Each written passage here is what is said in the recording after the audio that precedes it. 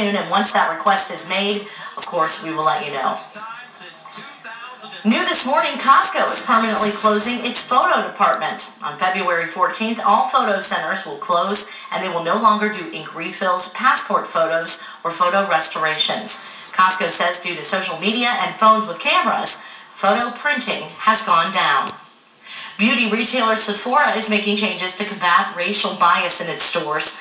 The company is reducing the number of third-party security guards at its 500 locations.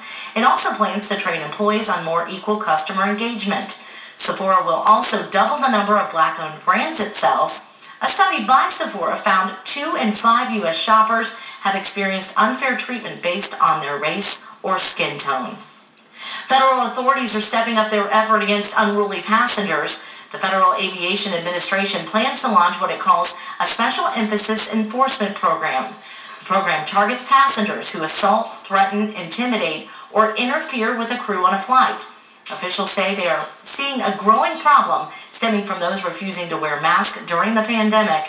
Problem passengers could be hit with a fine up to $35,000 for violations. They could also face potential criminal charges. Once again, we're seeing some above-average temperatures here starting off this morning. Many spots well into the 30s. A few spots are starting to dip down with, I do believe, clear skies is what's going to play a part in that. So we should start off the day with some sunshine here as well. You can see over in Richmond, that is where I suspect the skies are clearing up because they've seen their temperature drop down pretty quickly. Here in Dayton, 36 degrees. That's above our average high temperature for the year. So a good start here for us. And taking a look out towards the west, Greenville is starting to see some frost develop on some of their cars. I think that is a very thin layer of frost, so I don't think it's going to really be a big issue for you. Taking a look at satellite radar here, you see some snow showers off towards northern Ohio. Those are moving on out, and you see the clouds breaking apart a bit for us. So again, I think we start off the day with sunshine, but you do see that cold front developing really across the entire country, and that's going to increase our clouds rather quickly throughout the morning. It's also going to give us our next chance for some rain and possibly a wintry mix. Hour by hour today, we pick up into the 40s, those clouds increasing as the day goes on, a little bit breezy later today too, so without the sunshine, I think it will feel pretty chilly for the afternoon.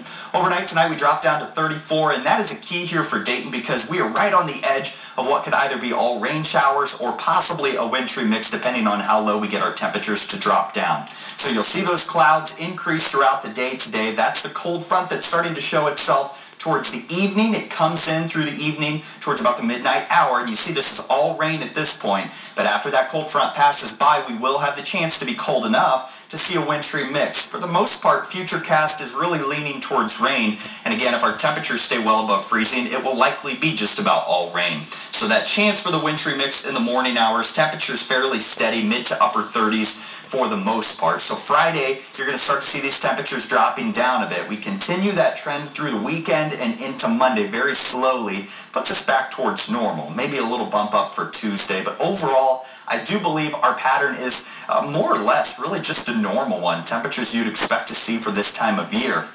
Now, taking a look off towards the west, this is also what we would expect to see in a La Nina year, below average temperatures for the Midwest and the Pacific Northwest. So I think this is something to keep an eye on because it's probably going to end up giving us our best shot at a deep shot of some cold air that's going to be moving in. So as we progress throughout the remainder of the month, that colder air will slowly work its way through the Midwest into the Great Lakes and possibly reach us here in the Miami Valley. So we really haven't had too terrible weather thus far. We haven't seen a lot of snow either, so that's going to change as we head into the weekend here. I believe last I checked, we have under a ½ inch of snow for the month of January. That is very uncommon.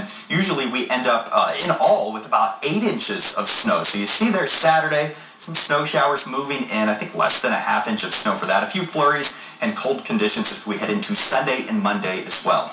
We're bringing you weather and traffic every 10 minutes. Let's go back to Sarge and check on the roads. Good morning, Sarge. Good morning again, Jesse. Watching our freeway traffic. Things are moving very well in the freeway system across the area. Here is a live look at 70 at 675. We picked up some volume there, but travel times are still good. Now, we do have one accident for you to watch out for in Dark County. U.S. Route 36 at our Cannon Bears Mill Road. 2 vehicles involved. They did say there were injuries to at least one person, so they do have medic units headed that way as well. You see that's east of Greenville in Darke County. I'm Sergeant Mark Bauer, WHIO Team Traffic. Sergeant, thank you. It's 6:20, 37 degrees. The cost of living is going up. How much more people are paying to live in the United States? A local restaurant is expanding despite the pandemic. The new location that just opened and why more might be in the future.